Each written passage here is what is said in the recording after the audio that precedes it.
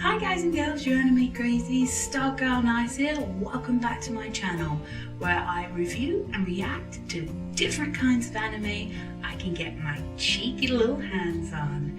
Here we are with another video today. I do hope you enjoy. This video is just a review about the episode we've watched today. If you'd like to see the full reaction, click on the link down below.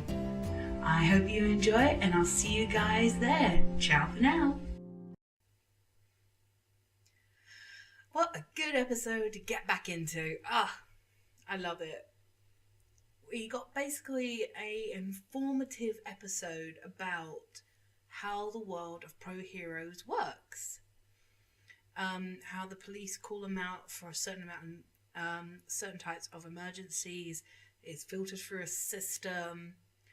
And even a brief history of how when heroes first came, they shouldn't have a second job. But then because if heroes became so popular, they had side jobs and people demanded for these. So it was absolutely brilliant how we got a history of how pro heroes work.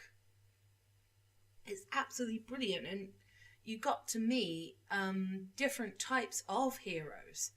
How some people, like, for example, Jiro's teacher, I forgot his name, but they're already running. He's like, you can't stand still, not for a second kind of thing. And you can tell he's more of a ready for battle all the time kind of guy.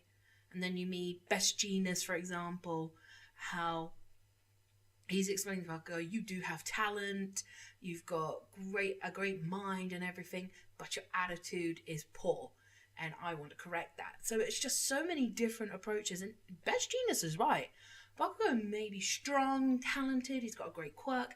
But the thing is, his attitude and ego is absolutely disgusting for me. It's basically on, what should we say, on a scale of 1 to 10, a 1. His attitude needs adjusting. If he wants to be a hero, he needs a better attitude. Because a lot of people are not going to like him as a pro hero if he screams at people a lot. And if he wants to be a number one hero, he needs more of a calmer or at least a more positive attitude than saying, I'm the best and F all of you. Excuse my French. And screaming at you if you're upset. Because in disaster situations, someone could be crying their little eyes out and you don't need someone screaming at you. You need someone to say, look, it's going to be okay. I'm going to get you to safety. Don't worry, I've got you. You've got to show that you are calm, positive, so they can. It's just, I love how informative this episode was. You got to find out more, not fully, but more about how the pro heroes are. So I love that. Most of this episode was very informative to me. Love it. And kind of got to separate off to how different classmates are doing. Like, mostly focused on Midoriya. But you got to meet Bakugo, Kirishima, Ida, Momo, tiny bit of Jiro, tiny bit of Choco. We did see Floppy and Mineta for a few seconds. So you kind of got to see how everyone's getting on. And Todoroki. And the shocking part is he goes to his dad's agency, even though he absolutely despises him. But I know might not be the next episode or the episode after, one of the next 2 episodes, we find out why Todoroki goes to his dad. And I do like that, but I'll talk about that when we see that happen. And instant karma from Mineta, I absolutely loved it.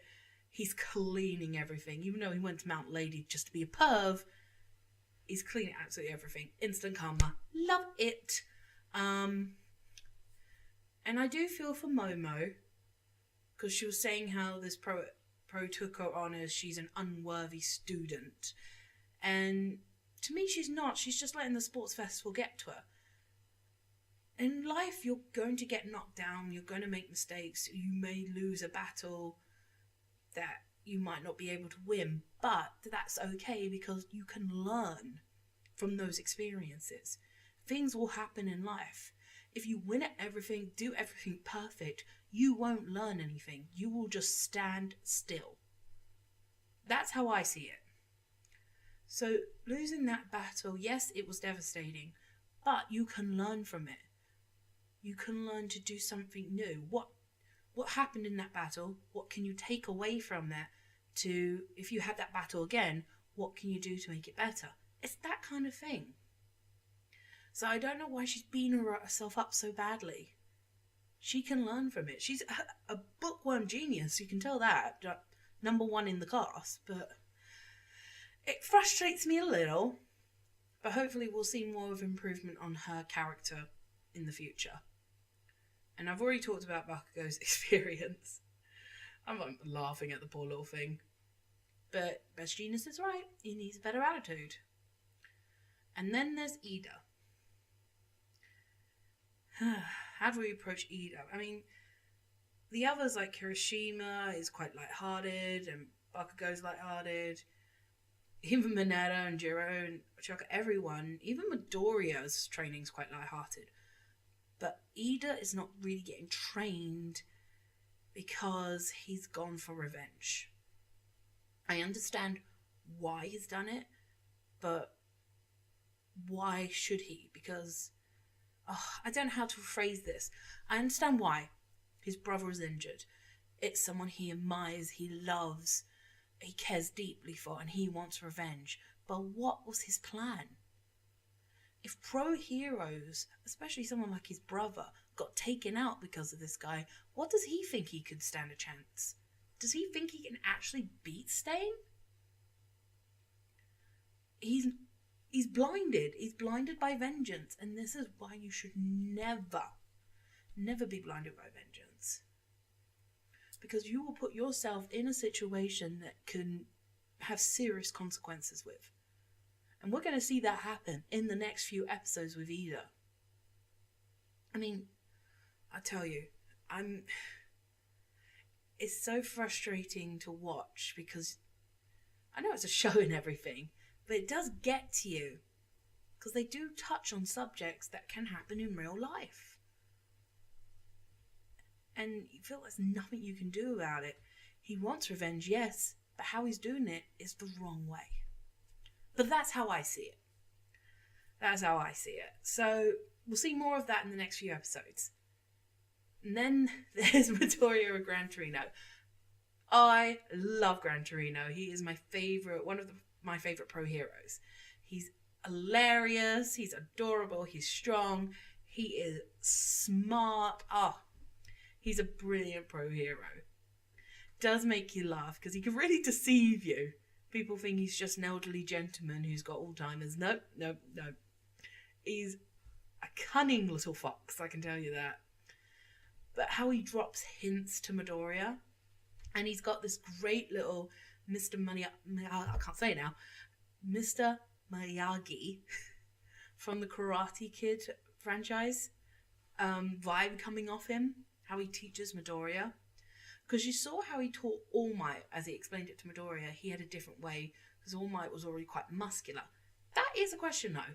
With All Might already being muscular in UA, because you saw him in the UA uniform, how did he go from that to this skinny skeleton?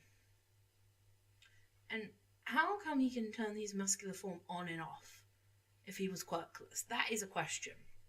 But now I'm going kind of conspiracy here, so I'll leave that to the side for now. It's just something I've always questioned. If he was quirkless, how does he turn this on and off? And if he really had the body going for him, how did he turn into the skeleton guy? Just saying. But anyway, back to Midoriya and Gran Torino.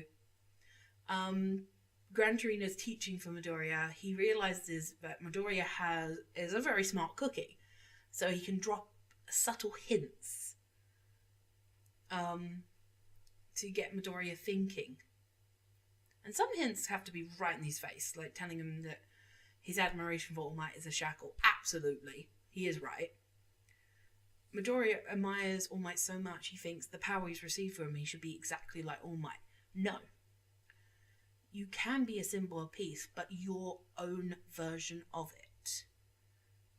You need your own style of being a hero. You can't just copy other people's. And I think that's what Gran Torino is trying to teach him.